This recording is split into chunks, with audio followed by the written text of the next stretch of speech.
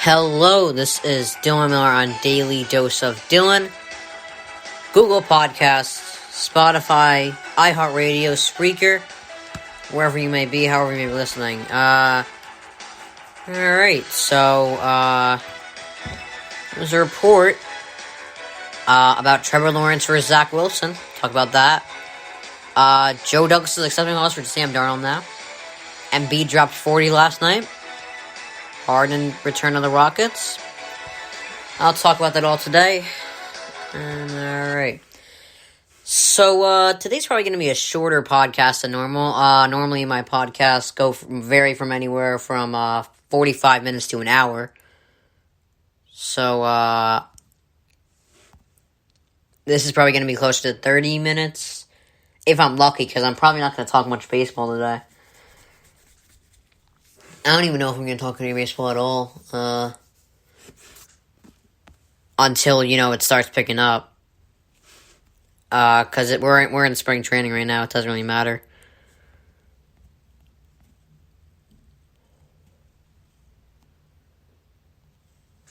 Alright, so, what's his name, Chris Sims, came out yesterday and said,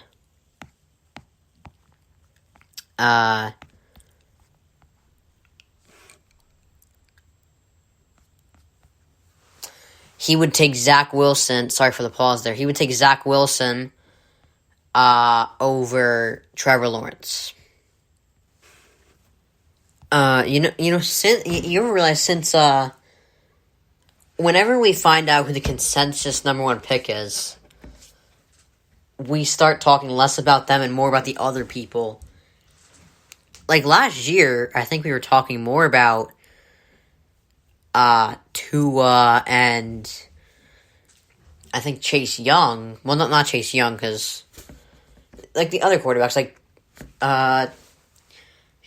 what Justin Herbert would do to, because we knew Burrow was going first, so we were kind of fatigued on who to talk about. Trevor Lawrence is now the guaranteed number one pick, basically. If the Jaguars don't take him, it would be a real shocker. But, Lawrence is now the consensus number one pick. Now we're talking about Zach Wilson. There's more news about Zach Wilson, like, will the Jets draft him? Is he better than Justin Fields?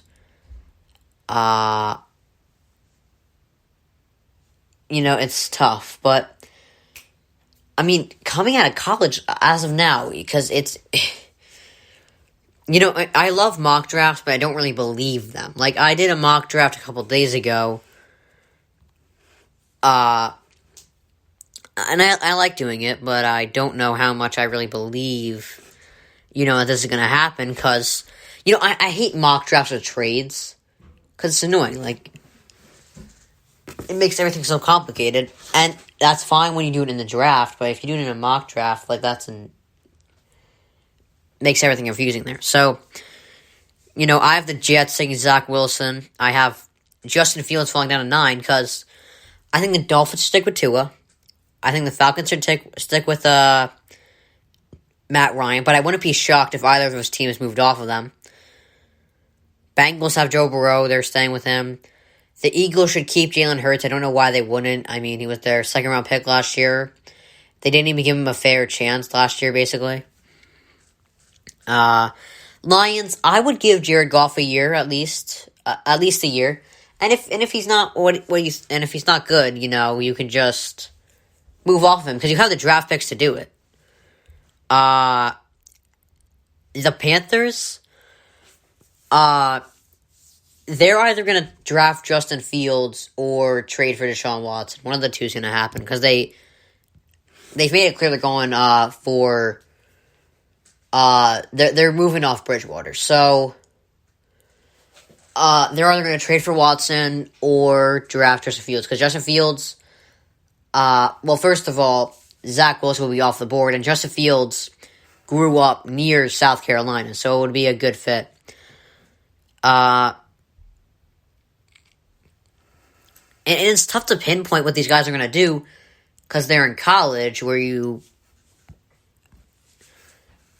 and like, and especially Mac Jones. Mac Jones is tough to pinpoint. I don't think he's going to be good. I don't think he is. I think he's going to be a bust, but,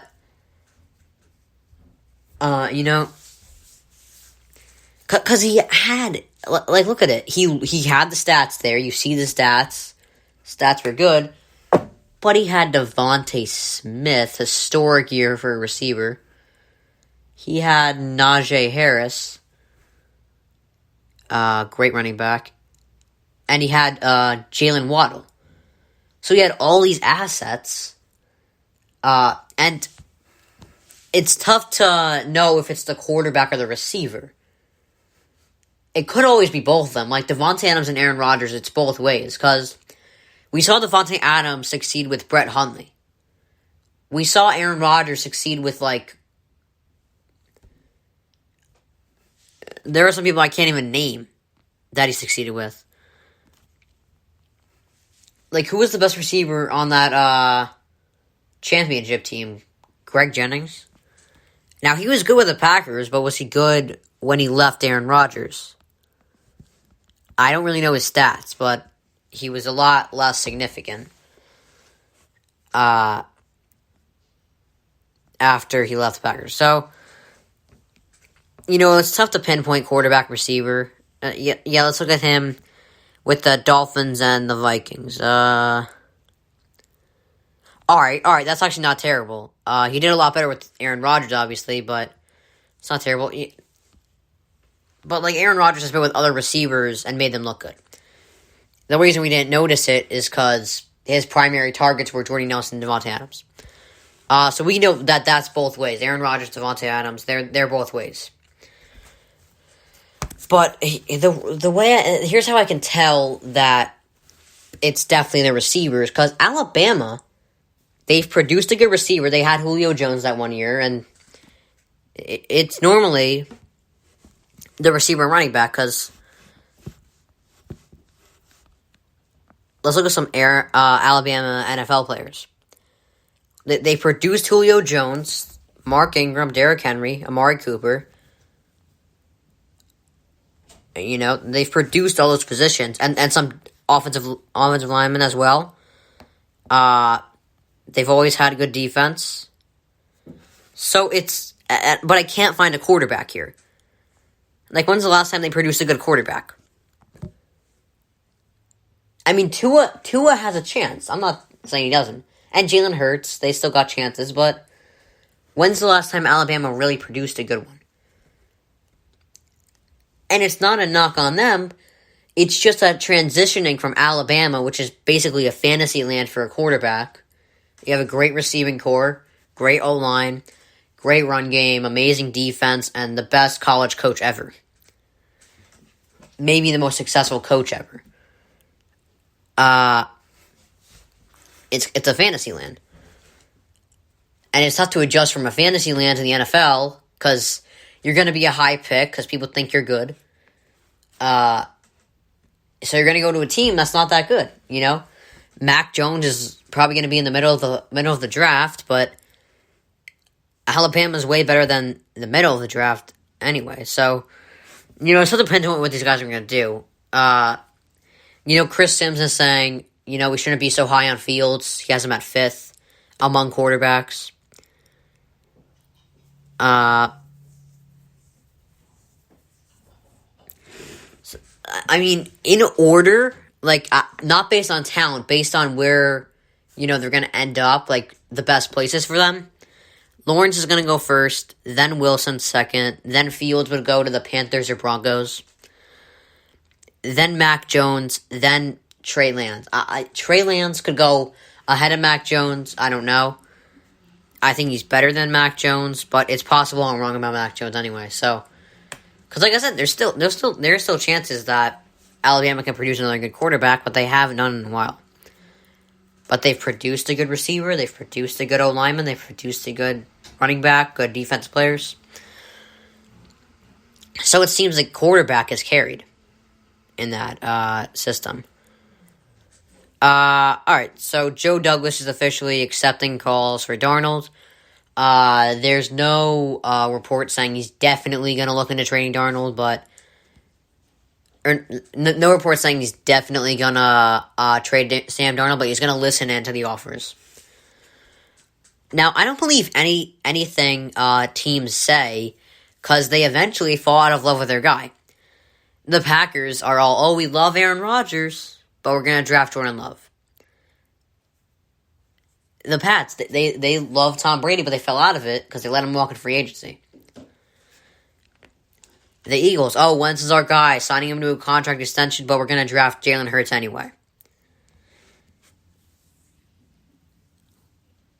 I mean, this is why I wouldn't be shocked if the Falcons go for Matt Ryan's replacement, because although they seem like they're in on him, it's possible they're not. You know, the Niners can say they're all in on Jimmy G, but I'm not going to believe it until you, fully commit. So, and with Sam Darnold, I think the Washington football team, I think week 1 next year, Sam Darnold starts for the Washington football team. He would do great in that system. Under Ron Rivera, he'd be great. You know, and the football team has the assets to trade for Darnold. Honestly, I just go with picks for Darnold. Because Darnold, and honestly, I think, Ron Rivera is a defensive-minded coach, but he's kind of unique with that, in a sense, you know? Todd Bowles is all defense. He has no offense. He's a defensive coordinator, the definition of one. He can't coach a whole team, but he can coach a defense. I mean, we saw what he did in the Super Bowl. It was amazing. He completely discombobulated an offense that had been unstoppable for a while. And, you know, Adam Gase, he's an offensive-minded coach, but he's terrible at it. So, and now he has Robert Saleh, another defensive-minded coach. He could be kind of, Ron Rivera is primarily defense, but he has offense. And he's a good leader. So, you know, and I mean, he could be, because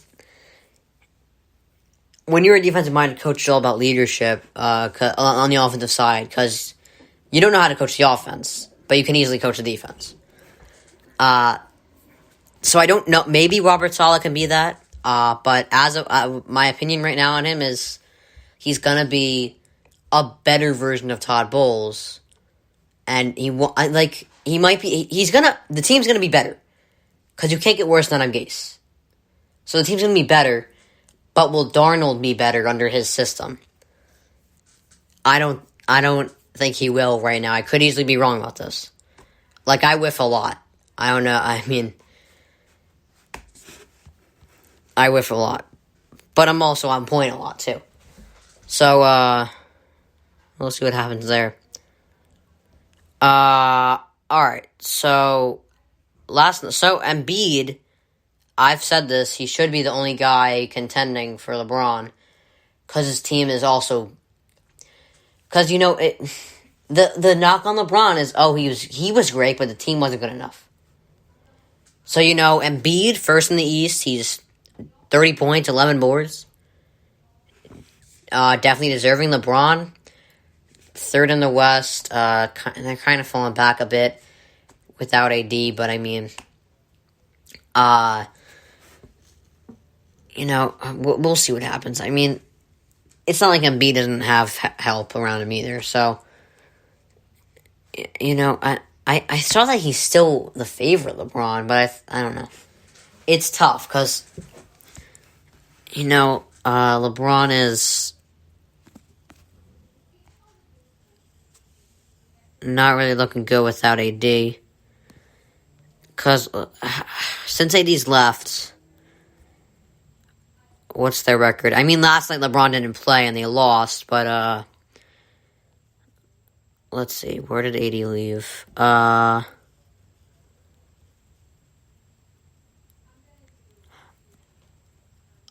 the Timberwolves